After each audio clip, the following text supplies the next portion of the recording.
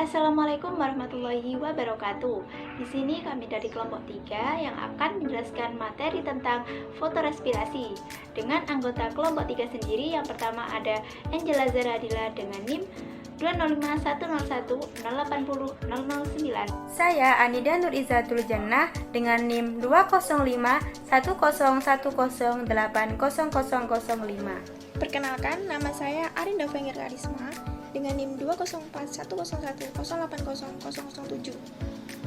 Nah, di sini saya akan membahas kenapa sih produktivitas tanaman itu berbeda-beda. Nah, saya akan menyentuhkan pada tanaman jagung sorghum dan juga tebu. Jagung sorghum dan tebu ini memiliki produktivitas tanaman yang lebih besar daripada tanaman ketan dan juga tanaman gandum. Nah, perbedaan itu diakibatkan oleh adanya laju derajat fotorespirasi yang berbeda dalam suatu tanaman tersebut. Nah, tanaman itu dibagi menjadi dua macam. Yang pertama ada tanaman C4 dan juga CAM. Tanaman C4 dan CAM ini adalah tanaman dengan produktivitasnya itu tinggi. Dan yang kedua adalah tanaman C3. Tanaman C3 ini dengan tanaman produktivitasnya itu rendah. Nah, di sini itu kami akan membahas materi tentang fotorespirasi dan juga materi-materi yang ada dalam fotorespirasi itu. Yang pertama, tentang pengertian fotorespirasi, dan yang kedua tentang cara menetapkan laju fotorespirasi, dan yang ketiga tentang perbedaan fotosintesis dan fotorespirasi, dan yang keempat tentang mekanisme fotorespirasi, dan yang kelima tentang fotorespirasi pada tanaman C3, C4, dan CAM. Sebelumnya, apakah kalian tahu sih apa pengertian fotorespirasi itu?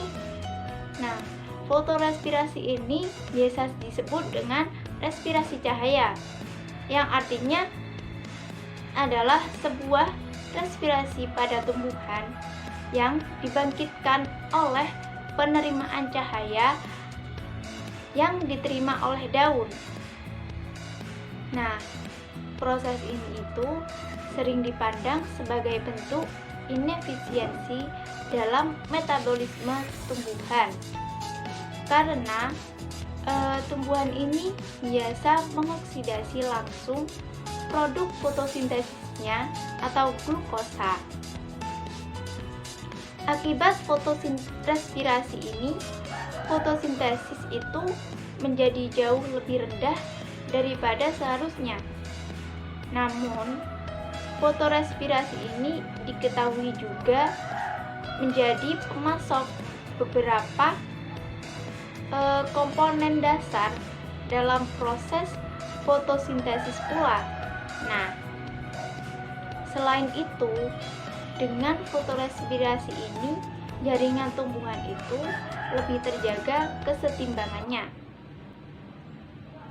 Fotorespirasi ini terjadi dengan adanya mengonsumsi O2 dan menghasilkan CO2 tanpa menghasilkan ATP ataupun karbohidrat secara langsung.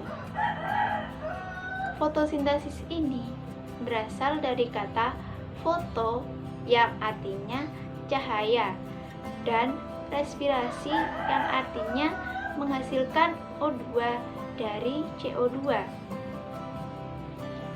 CO2 yang dihasilkan fotorespirasi ini pada tanaman tinggi itu biasanya menunjukkan bahwa kebanyakan jenis tanaman tinggi tingkat laju fotosintesinya itu lebih cepat dalam keadaan terang daripada dalam keadaan gelap. Nah, yang selanjutnya adalah cara menetapkan laju fotorespirasi.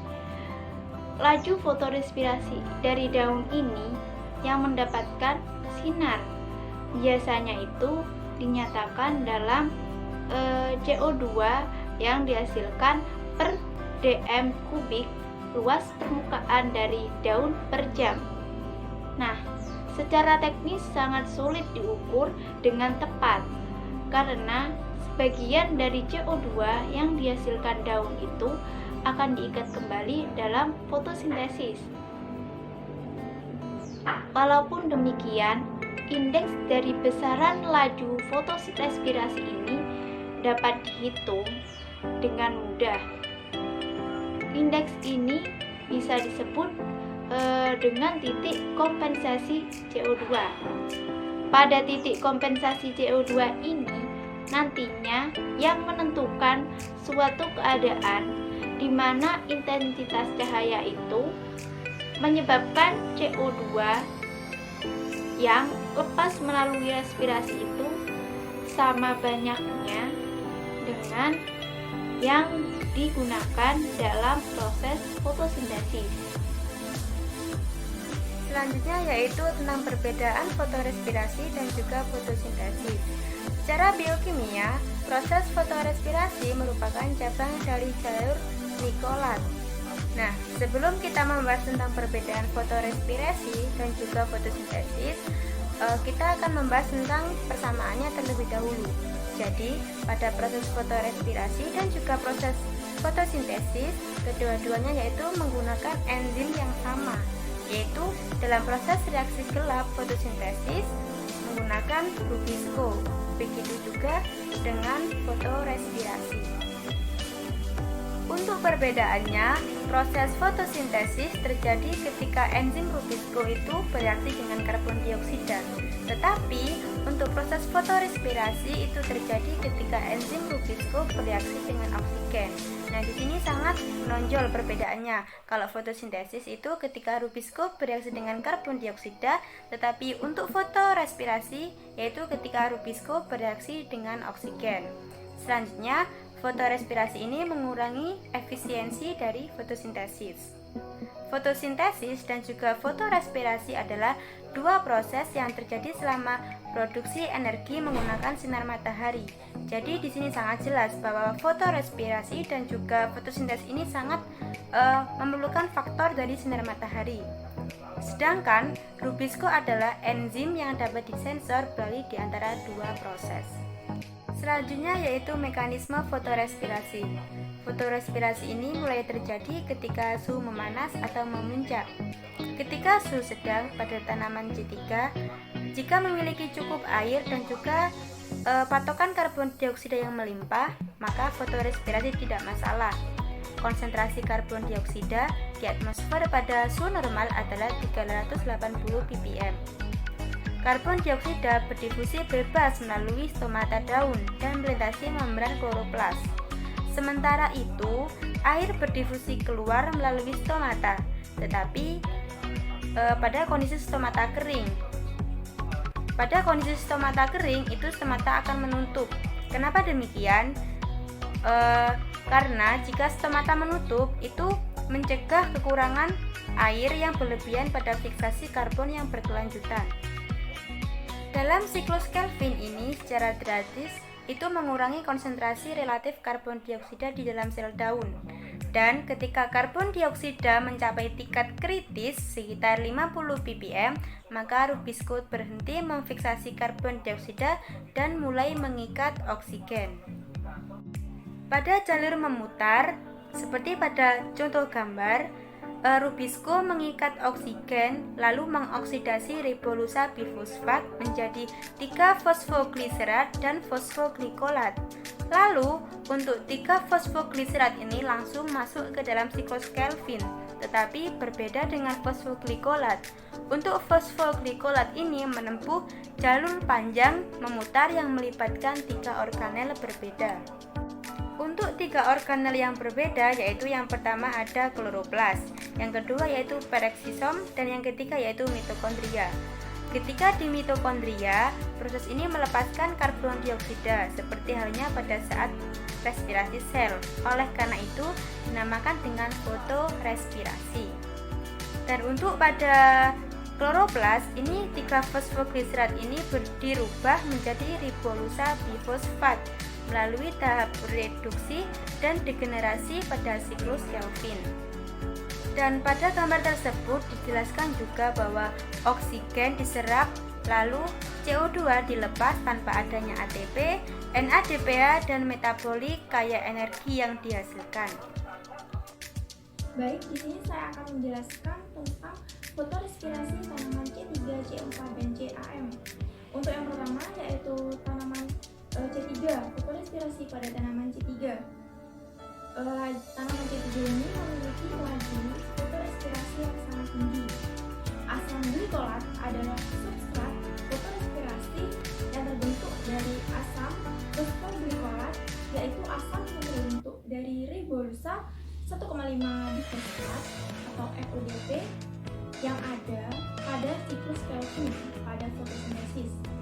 Apabila RUDP itu bereaksi dengan karbon dioksida, dengan bantuan enzim RUDP, karboksilase akan menghasilkan 2 molekul 3-PGA atau asam 3-fosfoglikerat.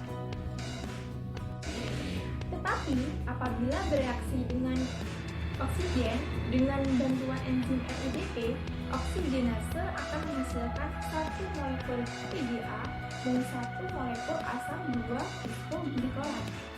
Selanjutnya, asam 2-fosfoglikolat ini akan mengalami defosforilasi menjadi asam glikolat. Kemudian asam glikolat masuk ke peroksisom yang terdapat dalam mesofil. Pada peroksisom terdapat 2 enzim, yaitu asam glikolat oksidase dan katalase. Dan enzim ini berfungsi untuk mengoksidir asam glikolat 35 menjadi asam diloksilat dan kemudian mengubahnya menjadi glisin. Terbentuknya glisin ini berada di mitokondria, dan kombinasi 2 molekul glisin akan membentuk 1 molekul serin dan karbon dioksida.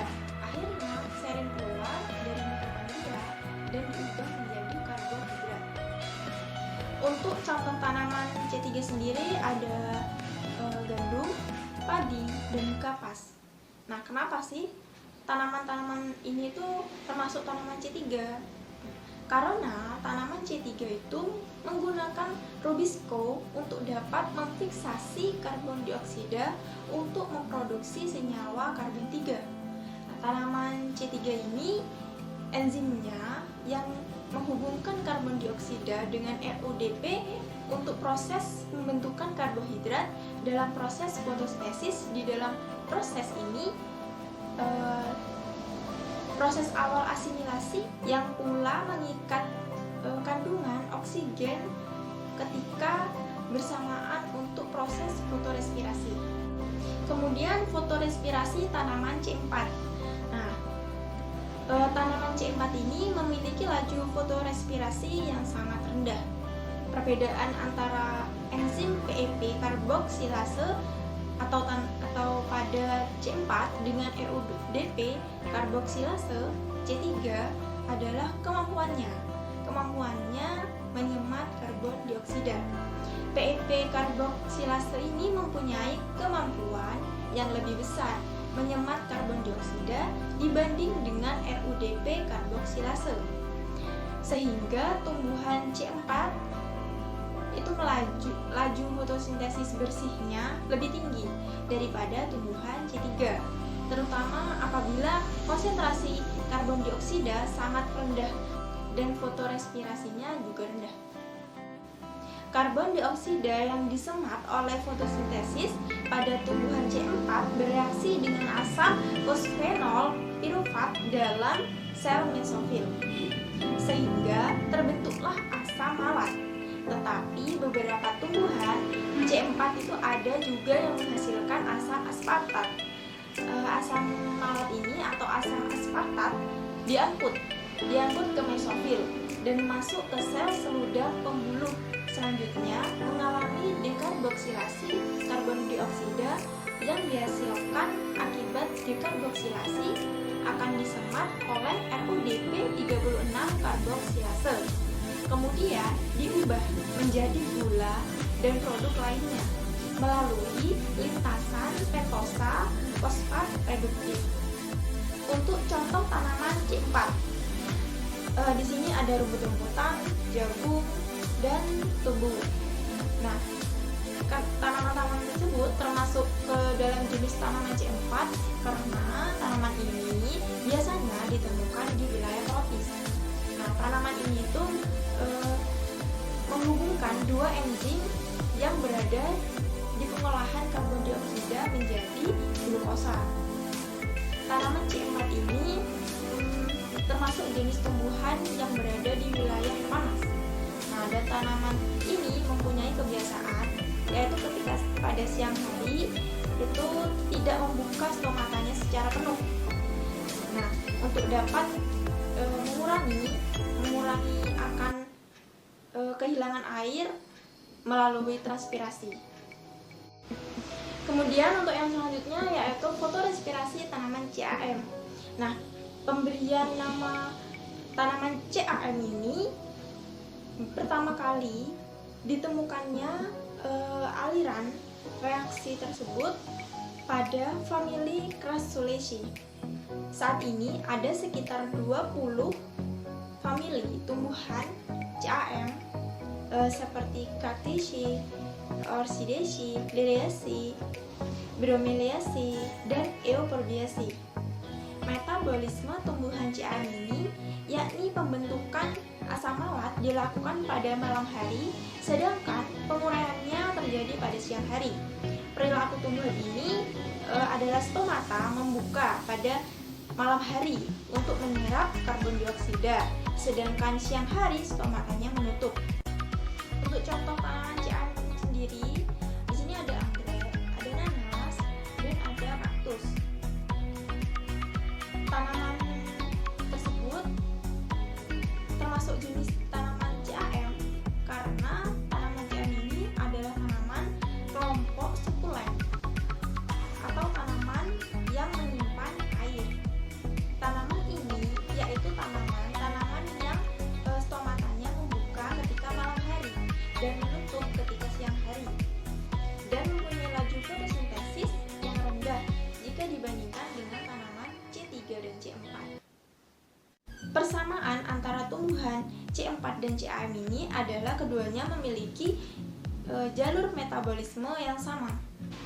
Sedangkan perbedaannya adalah tumbuhan C4 ini berbeda secara struktural dalam hal lintasan metabolismenya, sedangkan tumbuhan CAM berbeda dalam hal waktu. Nah, pada tanaman C3 ini, fotorespirasi pada tumbuhan C3 ini sangat dimungkinkan terjadi karena pada tanaman C3 ini fungsi enzim RUDP adalah ganda, yakni untuk mengikat CO2 RUDP karboksilase dan mengikat O2 RUDP oksidase untuk fotorespirasi.